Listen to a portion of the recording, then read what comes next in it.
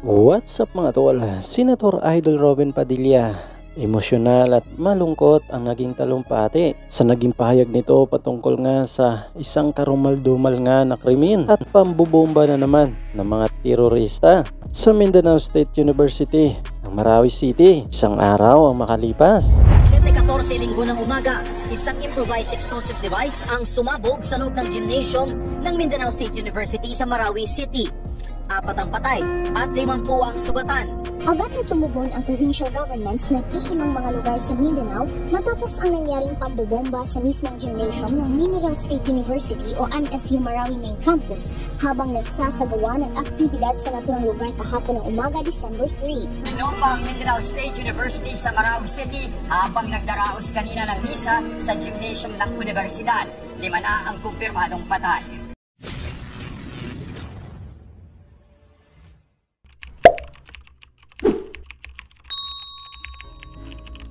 Ibinahagi nga ni Idol Senator Robin Padilla ang kanyang malungkot at emosyonal na naging talumpati at pahayag patungkol nga sa naganap na krimen at pambubomba na naman ng mga terorista sa Mindanao State University ng Marawi City na naganap nga ang pambubomba habang nagsisimba nga ang mga kapatid nating mga Katoliko.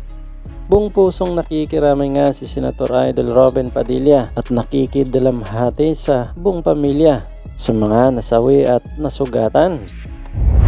Sa naging madamdaming pahayag pa nga ng senador kung saan nga ay nagpapasalamat ito ng gusto sa mga kasamahan sa Senado na kung saan nga ay binigyang linaw ni Senator Idol Robin Padilla at buong Senado na walang kinalaman ng Islam sa anumang krimen na ginawa ng mga terorista. Malinaw nga ng mga terorista at kailanman ay hindi sila representasyon ng mga Muslim. Ang pumatay ka ng taong walang kasalanan ay para mo nang pinatay mo ang buong daigdig. Maraming salamat po, Ginoong Pangulo at sa ating pinunong mayorya. A'udhu billahi minasyaitanirrajim. Bismillahirrahmanirrahim. Alhamdulillah rabbil alamin. Bismillahi wassalatu wassalamu ala rasulillahi. Assalamualaikum warahmatullahi wabarakatuh. Ito pong katagang assalamualaikum. Ito po ay isa sa pinakamahalaga sa isang Muslim. Ito po ay hindi ka matatawag na isang Muslim kung hindi mo ito isinasabuhay. Ito po ay ang pagpapangaral ng kapayapaan. At ako po ay nagpapasalamat sa mga kasama po natin na senador sa araw na ito, lalong-lalo na po kay Senator Bato de la Rosa, kay Senator Loren Ligarda, kay Senator Joel, kay Senator Bong Revilla, at kay Senator Win Gatchalian, sapagkat napakalinaw po sa kanilang mga paliwanag na wala pong kinalaman ang religion sa nangyaring ito. Ito po ay paglilinaw sapagkat napakarami pong lumalabas sa social media na gustong parang ibalik ang mga iniiwasan po nating mga katagang away ito ng Muslim at Kristiyano, na ito po ay gusto nilang paigtingin. Ako po ay nagpapasalamat sa mga kaibigan kasama natin sa Senado sapagkat napakalinaw po na wala po ito sa katuruan ng aming religion. Ito pong dayuhang ideolohiya na ito, kailanman hindi po ito naging ideology ng mga tinatawag po nating nagbalik loob katulad po ng nasa Bangsamoro Autonomous Region of Muslim Mindanao at ganun din po sa MNLF. Wala po ito kahit kailan na nagkaroon ng ganitong klaseng paniniwala na sa loob ng pagsamba ng ating mga kapatid na Katoliko, sila po ay pasasabugin. Hindi po ito kailanman matatanggap ng mga Muslim na ito po ay kasama sa aming pananampalataya dahil malinaw po sa banal na Quran na sinasabi, ang pumatay ka ng taong walang kasalanan ay parang mo nang pinatay ang buong daigdig. At ganun din po ang sinasabi ng banal na Quran na there is no compulsion in religion. Wala pong pilitan sa religion. Kaya meron pong kalayaan ng bawat isa kung ano po ang kanilang pinipiling relihiyon. Ngayon po, mahal na Pangulo, ang akin pong isasambitin ay patungkol po sa aking binanggit noong nandito po ang OPA-PRU, nung panahon ng kanilang budget hearing. Binanggit ko na po ito. At ako po ay muling magpapasalamat uli sa mga kapatid ko pong senador na nagpapasa na mabigyan po uli ng budget ang Marawi Compensation Board. Sapagkat napakahalaga po na ang mga naging biktima ng Marawi Siege ay mapakasa kanila po uli kung ano man po ang naipangako sa kanila ng gobyerno. At ganoon din po ang hinihinging budget ng OPA-PRU para naman po doon sa mga combatants ng MILF na inaantay pa po hanggang ngayon yung kanilang hinihingi po na pinangako sa kanila ng gobyerno. Dahil mahal na Pangulo, ito pong kaganapan nito at napatunayan na rin po at nasabi na rin po ni Senator Bato de la Rosa na ito pong nangyaring ito ay retaliation ng teroristang grupo sa nangyayaring operasyon ng ating forces, military forces. At yan po ay hindi lamang po yan nangyari sa Cotabato, kundi nangyayari din po yan sa Basilan. Bago po nangyari ito, meron na pong nangyaring namatayan tayo ng 2 KAFGO sa Basilan sa kanilang ginagawang operasyon laban po sa mga teroristang ito. Ito po ay tuloy-tuloy. Pero tandaan po natin, mahal na Pangulo, na hindi po puro gera ang sagot natin dito. Kailangan po natin makuha ang puso at kaisipan ng mga tao na hanggang sa ngayon ay hindi pa rin po naniniwala sa tawag ng ating kapayapaan dahil sa mga pangako po na hindi pa rin naibibigay sa kanilang mga tatay, lolo, uncle. Ito pong mga gumagawa na ito ay napapatunayan natin mga bata ito. Ito pong nangyaring enkwentro sa Cotabato kung saan marami pong namatay ng mga terorista. Kung makikita nyo po ang mga larawan, mga bata po ito. Mga batang naliligaw sa isang dayuhan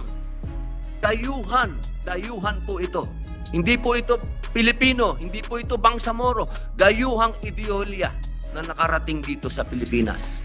Kaya po, mga mahal kong kasama sa bulwagang ito, kung gaano po natin pinaiigting ang ating puwersa laban sa external threats. Ito pong internal threats na nandito na ngayon sa ating bayan ay huwag po nating pabayaan. Lalo po natin palakasin ang ating suporta sa ating military, sa intelligence, upang lalo pong igtingin nila ang operasyon laban dito sa mga dayuhan na ito. Sapagkat, mahal na Pangulo, nandito po sila. Sila po ay napigilan lamang natin noong Marawi Siege sapagkat talagang ginera po natin sila, pero sila po ay nananatili dito.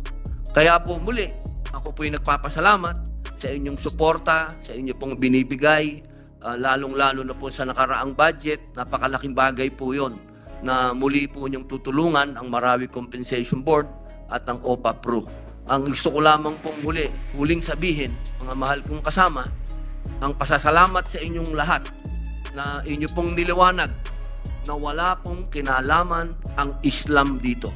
Ito po ay mga terorista at kailanman hindi po sila ang representasyon ng mga Muslim. Maraming salamat.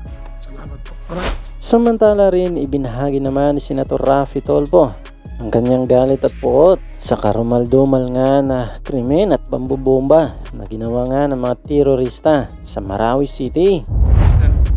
And my dear colleagues, and to the Filipino public, lalo na sa ating mga kababayan sa Mindanao, akin pong maling kinukundina ang nangyaring pambubomba sa Mindanao State University sa Marawi, kung saan 11 na po ang namatay at 45 po ang nasugatan. Walang puwang sa ating bansa ang ganitong karumaldumal na atake. Ang pagpapasabog sa isang eskwelahan, isang lugar na dapat ay neutral sa kahit anong sigalot. At habang nasa isang religious ceremony, ang mga tao ay hindi katanggap-tanggap. Ito po ay isang Plain and simple na kaduwagan. Mga kababayan, huwag po tayo papayag na sirain ng mga ito ang kapayapaan sa ating bansa. Lalong-lalo na ang kapayapaan na unti-unti na nating pinagtulungan na ibalik sa Marawi. Sa mga kapatid natin sa Marawi na naapektuhan ng pagsabog, makakaasa po kayo na hindi kami bibitaw at ipagpapatuloy namin ang suporta sa inyo upang tuloy-tuloy ang pagbangon ng Marawi. Para sa mga pamilya ng mga nasawi, pati na rin po ang mga nasaktan, kami po ay nagpagdalamhati sa inyo at hindi po namin kayo pababayaan. Nandito ang inyong Senado sa tulong ng National Government at LGU na siguraduhin ang agarang tulong ay makakarating sa inyo. Sa sambayan ng Pilipinas, tayo po ay manatiling kalmado. Huwag po tayo agad-agad gagawa ng konklusyon sa nangyaring pagsabog.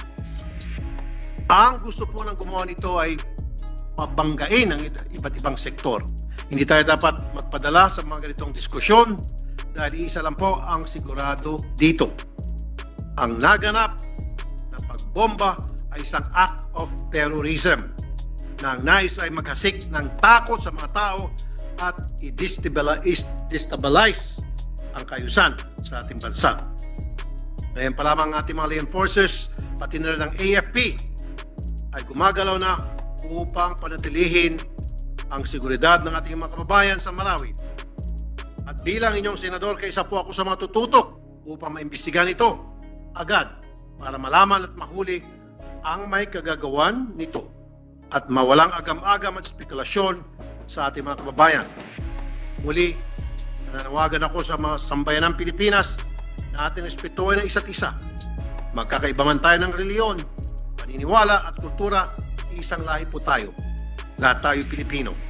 Ang Pilipinas ay para sa Marawi, ang Marawi ay Pilipinas. Thank you, Mr. President. So hanggang dito lang tayo mga tol. Maraming salamat sa panonood at patuloy na suporta. God bless you sa inyo lahat at hanggang sa muli. Paalam!